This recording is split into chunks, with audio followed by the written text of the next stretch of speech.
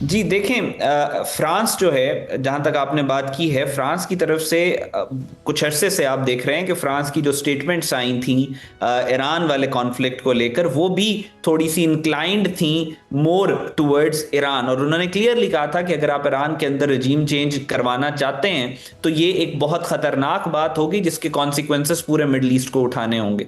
اس سے پہلے اگر آپ دیکھیں تو فرانس کے اندر بہت سارے پروٹیسٹ، اس کے اوپر بھی ایک پورا ایک جیو پولیٹیکل اینالسٹس کا بلیف تھا کہ فرانس کے اندر فرانس جو یورپی یونین سے تھوڑا سا الگ ہو کے چیزوں کو دیکھنا چاہ رہا ہے، مطلب یہ کہ جو پالیسیز عام طور پہ سمجھی جاتی ہیں کہ یورپین یونین ٹو کرے گا، فرانس اس سے اپنے آپ کو تھوڑا علیحدہ کرنا چاہ رہا ہے۔ فرانس کے اندر ایک پولیٹیکل کانشیس جو ہے اس میں تھوڑا فرق آ رہا ہے۔ فرانس کی جو انکلینیشن ہے وہ زیادہ towards the eastern bloc, especially China کی طرف اس کی زیادہ ہے، تو فرانس کے اوپر کافی عرصے سے کرٹیسزم آنا شروع ہوا تھا، اور اب فرانس اوپنلی جو ہے وہ جو اینٹی ویسٹ سینٹیمنٹ ہے یا پرو ایسٹ سینٹیمنٹ ہے، یا مڈل ایسٹ کے کانفلکٹ میں اگر آپ دیکھ لیں، کیونکہ ویسٹ پورے کا پورا ایون جو ہمیشہ سے ہسٹوریکلی بھی دیکھا گیا ہے کہ وہ اسرائیل کے ساتھ کھڑا رہا ہے، تو سارے کانٹیکس میں فرانس نے اپنا ایک منفرد ایک سٹانس دیا ہے فلسطین اور اسرائیل والے معاملے کو لے کر، اور اس کی بہت زیادہ اہمیت ہے کیونکہ اس وقت پوری دنیا کے اندر جو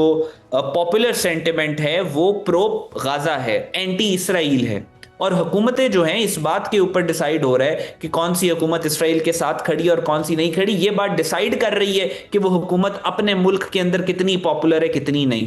پوری دنیا میں آج وہ حکومتیں جو اسرائیل کے ساتھ دینا بھی چاہتی ہیں وہ بھی پبلکلی نہیں دیتی، کیونکہ ان کو عوام کی ریٹیلیشن کا ڈر ہوتا ہے۔ تو اسی وجہ سے فرانس، یہ ملٹیپل فیکٹرز کی وجہ سے فرانس تھوڑا سا پیچھے ہٹنا چاہ رہا ہے from the policy that is being told by the West for Israel, اور اس کا یہ اسٹیٹمنٹ بہت زیادہ اس کانٹیکسٹ میں ضروری ہے۔ احمد، ہم نے دیکھا کہ فرانس کا فلسطینی ریاست کو تسلیم کرنے کا اعلان سامنے آیا ہے، اب کیا سمجھتے ہیں، کیا یورپ کا خود کو اسرائیلی جرائم سے علیحدہ کرنے کی کوششوں کا یہ آغاز ہے؟ جی آپ اس کو کہہ سکتے ہیں۔ دیکھیں جیسا میں نے آپ کو بات کی کہ ایک تو جو جینوسائیڈ غزہ کے اوپر ہوا، جو اسرائیل نے جینوسائیڈ شروع کیا، اس کی مثال آپ کو تاریخ میں نہیں ملتی۔ کوئی انسانی تاریخ کا کوئی ایسا ظلم نہیں ہے جو غزہ کے اندر اسرائیل نے نہیں کیا، اور کوئی ایسی قربانی نہیں ہے جو غزہ کے لوگوں نے نہیں دی۔ لیکن پچھلے کچھ عرصے سے جو اب فوڈ جینوسائیڈ کی طرف یہ بڑھ چکے ہیں اسرائیلی، وہ تو ایک بالکل ایک ڈیفرنٹ ایسپیکٹ آ چکا ہے اس کا۔ کسی جینوسائیڈ، کسی پالیٹکس، کسی سیاست، جو جینوسائیڈ پہلے کر رہے تھے اس کا بھی کسی پالیٹکس کے ساتھ، وہ بھی ایک ہیومینیٹیرین کاز تھا، لیکن یہ تو اب بالکل انتہا پہ پہنچ چکے ہیں۔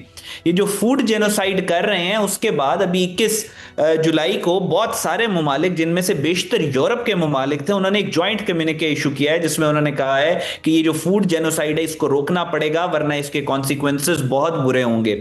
فرانس کے، برطانیہ کے اور آسٹریلیا کے غالباً ان کے جو کینیڈا کے جو لیڈرز ہیں، انہوں نے اب سے تقریباً 1 مہینہ پہلے اسی فوڈ جینوسائیڈ کے اوپر اسرائیل کو تھریٹ کیا ہے کہ اگر آپ یہ ہیومینیٹیرین ایڈ غزہ میں نہیں پہنچنے دیتے تو پھر اس کے کانسیکوینسز بہت برے ہوں گے۔ یونائٹڈ نیشن کے جو سیکرٹری جنرل ہیں، انہوں نے کلیئرلی بیان دیا ہے کہ بھائی جنگیں اپنی جگہ، ہر چیز اپنی، لیکن جو فوڈ جینوسائیڈ آپ کر رہے ہیں اس کی کوئی آپ کو اجازت نہ انٹرنیشنل لا میں ملتی ہے، نہ آپ کو دی جا سکتی ہے۔ آپ دنیا کو ایک اور طرف لے کے جا رہے ہیں جس کے کانسیکوینسز بہت خطرناک ہوں گے۔ FAO جو فوڈ سے ریلیٹڈ محکمہ ہے یونائٹڈ نیشن کا، اس نے رپورٹ ایشو کی ہے کہ جو کھانے کے نام کے اوپر کھانے کی ہیومینیٹیرین ایڈ، آٹا، گندم، روٹی، چاول کو روک کر جو قتل عام کیا جا رہا ہے غزہ میں، وہ بہت خطرناک ہے۔ یونائٹڈ نیشن کے جتنے اور ادارے ہیں جو غزہ کو مانیٹر کر رہے ہیں، ان ساروں کا کنسنسس ہے اس بات پہ کہ آپ پوری دنیا کے اندر دیکھیں، پولیٹیکل اوپینین کسی کا اسرائیل کے ساتھ ہوگا، کسی کا غزہ کے ساتھ ہوگا، آپ کہہ سکتے ہیں، لیکن ہر ملک کا یہ کہنا ہے کہ جو فوڈ جینوسائیڈ ہو رہا ہے وہ نہیں ہونا چاہیے، اس کو روکنا چاہیے، پوری دنیا کو انٹروین کرنا چاہیے، اور یہ بہت طاقتور سینٹیمنٹ بن گئے ود ان یورپ بھی۔ اسی وجہ سے جو آپ نے بات کی، یورپ جو ہے اس سے پیچھے ہٹتا چلا جا رہا ہے، کیونکہ فوڈ جینوسائیڈ جو اتنا سینسٹیو ہے کہ اب یورپ کے جو حکمران ہیں ان کو اپنی حکومتیں خطرے میں نظر آ رہی ہیں اگر وہ اسرائیل کے ساتھ نظر آئے۔ اس وجہ سے آپ دیکھ رہے ہیں کہ فرانس نے ابھی بیان دیا ہے کہ وہ پیچھے ہٹ رہے اسرائیل سے۔ آپ ابھی اور بہت سارے ممالک کے لیڈران کو دیکھیں گے کہ وہ بھی اس طرح کے بیانات دیں گے کہ وہ اسرائیل سے پیچھے ہٹ رہے ہیں، کیونکہ اس کو سپورٹ کیا جا ہی نہیں سکتا، چاہے آپ دنیا میں کہیں پہ بھی۔ کیا عرب ملک خصوصاً سعودی عرب اسرائیل کے ہاتھوں شام میں اپنے سٹیکس کی بربادی کو برداشت کر لے گا، جو ساری سچویشن ہم دیکھ رہے ہیں؟ دیکھیں یہ بات تو اب سعودیز کو سمجھنی چاہیے، پوری مسلم ورلڈ کو سمجھنی چاہیے کہ اگر ہمیں اس بات کا پتہ ہے کہ گریٹر اسرائیل کا پروجیکٹ انہوں نے یہ پاگل ہوئے جا رہے ہیں اس کو پورا کرنے کے لیے، اور اسی کے لیے انہوں نے غزہ میں جینوسائیڈ شروع کیا، ایران پہ حملہ کیا، سیریا پہ حملہ کیا. کیوں کیا سیریا پہ حملہ؟ کیونکہ یہ تمام ممالک ان کے پروجیکٹ گریٹر اسرائیل جو اسرائیل کا بڑا نقشہ ہے اس کے اندر آتے ہیں.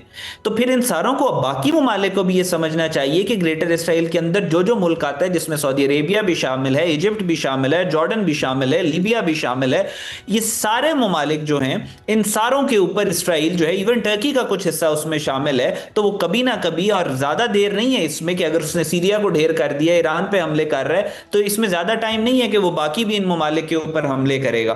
تو اب ان سارے ممالک کو خود سوچنا ہے کہ انہوں نے کیا مل کر اسرائیل کا مقابلہ کرنا ہے یا اکیلے اکیلے انہوں نے اسرائیل سے مار کھانی ہے.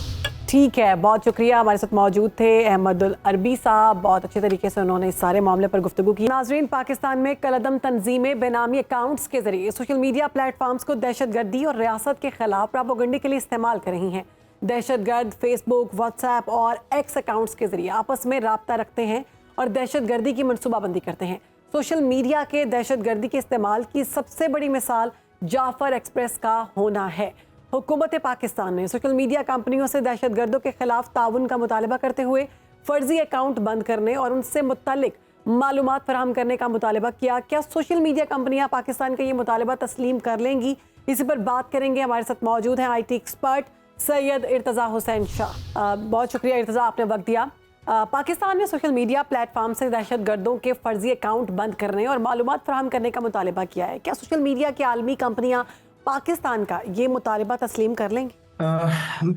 بغیر پالیسی کے اور ٹیکنالوجی کے اندر اثر و رسوخ کے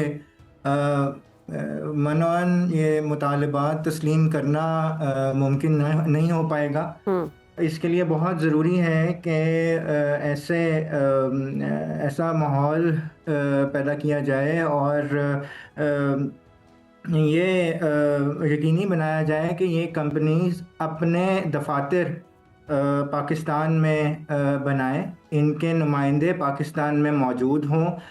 بالکل آج کے جدید دور کے حساب سے اس کو اسی طریقے سے لے کر چلنا پڑے گا جس طرح ہمارے سفارت خانے ہوتے ہیں جی. اور مختلف ممالک کے سفیر ہمارے ملک میں اپنے سفارت خانوں میں موجود ہوتے ہیں تاکہ کسی بھی قسم کے ایشو کے اوپر انہیں اس ملک کا نمائندہ سمجھتے ہوئے ان سے بات کی جاتی ہے. اسی طرح آج کے اس جدید دور میں ضروری ہے کہ جتنے یہ بڑے سوشل میڈیا پلیٹ فارمز ہیں ان کے نمائندے باقاعدہ پاکستان میں موجود ہوں، جن سے وقتاً فوقتاً پالیسی معاملات کے اوپر مشاورت کی جا سکے اور ایک باقاعدہ نظام بنایا جا سکے جہاں پہ اس طرح سے فرضی اکاؤنٹس اور یہ جو جھوٹی خبریں اور اس سے جڑے سارے معاملات ہیں ان کا تدارک کیا جا سکے. بالکل ٹھیک ہے. اچھا ارتضیٰ، پاکستان چاہتا ہے کہ social media platforms Pakistan میں رائج قوانین، ہماری نظریاتی اساس اور قومی پالیسی کے مطابق کانٹینٹ کو نشر کریں اور ریاست مخالف کانٹینٹ پر پابندی لگا دیں. کیا یہ سب کچھ مطالبوں سے بھرپور پریس کانفرنس ممکن ہے یا کچھ عملی اقدامات بھی کرنے کی ضرورت ہے اپنے آن پر؟ بالکل، اس کے لیے عملی اقدامات کرنے کی ضرورت ہے. اس کے لیے ہمیں پریکٹیکل اقدامات اٹھانے پڑیں گے اور جیسے میں نے کہا کہ ایسی پالیسیز مرتب کرنی پڑیں گی جس میں یہ کمپنیز ہمارے ملک میں اپنے نمائندہ دفاتر کھولیں. صحیح. ان کے لیے یہ چیز آسان بنانی ہماری ذمہ داری ہے اور بغیر اس کے اب یہ ممکن نہیں ہے کہ آپ اپنے مطالبات منوعاً ان بڑی کمپنیز سے تسلیم کروا سکیں. صحیح. کیونکہ وہ اپنے چارٹر اور اپنی پالیسی کے مطابق چلتے ہیں. صرف پریس کانفرنس سے یہ معاملات حل نہیں ہو پائیں گے. ضروری ہے کہ عملی اقدامات اٹھائے جائیں اور آئی ٹی کے شعبے کو بھی بالکل انہی بنیادوں پر لیا جائے جس طرح سے سفارتکاری کو لیا جاتا ہے، کیونکہ نئے دور کی سفارتکاری یہی ہے۔ صحیح۔ اچھا ارتضیٰ، بہت زبردست آپ نے بات کی۔ ہم نے دیکھا کہ حکومت ایک عرصے سے ریاست مخالف کانٹینٹ کا رونا تروتی ہے، لیکن اپنی سوشل میڈیا بٹالین کو قائم نہیں کر پا رہی جو انتہا پسند یا ایسا مواد جو ملک مخالف ہو اس بیانیوں کو توڑ سکے یا روک سکے۔ جی،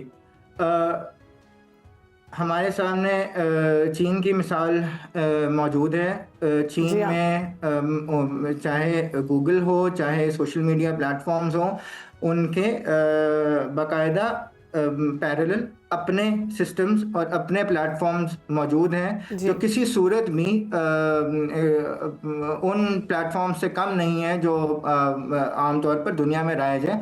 اور ہم ایک بہت بڑی آبادی والا ملک ہیں اور ہمارے پاس آئی ٹی ایکسپرٹس کی بھی کمی نہیں ہے اور ہمارے پاس ریسورسز کی بھی کمی نہیں ہے، صرف توجہ کی ضرورت ہے۔ اگر ہم پالیسیز کو امپلیمنٹ کرنا چاہیں اور اگر ہم اس پر تھوڑی توجہ دیں تو ہم بہت بہترین سوشل میڈیا پلیٹ فارمز اپنے ملک میں کریٹ کر سکتے ہیں جو ہر لحاظ سے ملکی مفادات کا تحفظ کرنے میں کامیاب ہو سکتے ہیں۔ ٹھیک ہے، بہت شکریہ۔ ہمارے ساتھ موجود تھے سید ارتضیٰ حسین شاہ اور اس سارے معاملے پر انہوں نے گفتگو کی ہمارے ساتھ۔ ناظرین، عالمی طاقتوں کو خدشہ ہے کہ تیسری عالمی جنگ کا پہلا فائر خلا سے ہوگا، اس لیے کہ زمین والوں نے اپنا تنازع اتنا پھیلا لیا ہے کہ وہ اب خلا تک جا پہنچے ہیں۔ اس لیے طاقت اور ملک خلا میں فوجی اثاثے قائم کرنے میں لگے ہوئے ہیں۔ امریکی صدر ڈونلڈ ٹرمپ نے اپنے پہلے دور حکومت میں پیش گوئی کی تھی کہ دنیا کی جنگیں جلد خلا سے لڑی جائیں گی، اور دنیا نے ٹرمپ کی اس پیش گوئی کو ان کے دوسرے دور حکومت میں پورا ہوتے بھی دیکھ لیا، جب ایران اسرائیل جنگ کے دوران امریکی اسپیس فورس نے اسرائیل کو ایرانی میزائلوں کے فائر ہونے کی اطلاعات وقت سے پہلے پہنچائیں۔ امریکی ریاست لارو میں واقع امریکی اسپیس فورس کا ہیڈ کوارٹر خلا میں موجود فوجی سیٹلائٹ کی مدد سے آنے والی اطلاعات کو جمع کرنے اور متعلقہ لوگوں تک پہنچانے کا کام کرتا ہے۔ امریکی اسپیس فورس اپنے فوجی سیٹلائٹ کی مدد سے دنیا بھر پر نظر رکھے ہوئے ہے، خاص طور پر جنگ میں گرفتار ملکوں، شورش زدہ علاقوں اور بے امنی میں گھرے ہوئے خطوں پر فوجی سیٹلائٹ کی خاص نظر ہوتی ہے۔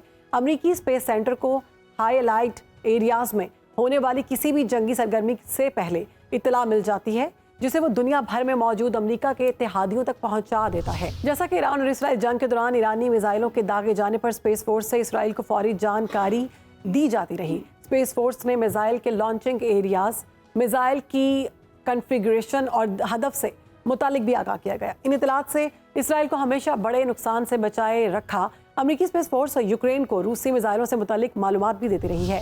گارڈینز یوکرین کو روسی میزائلوں کے ٹارگٹ اور سپیڈ سے متعلق بھی معلومات فراہم کرتے رہے ہیں۔ امریکی اسپیس کمانڈ کے مطابق اسپیس فورس ہیڈ کوارٹر میں یوکرین سے عراق اور شمالی کوریا تک ہر روز داغے جانے والے تقریباً 15 میزائل لانچنگ کی مانیٹرنگ کرتے ہیں۔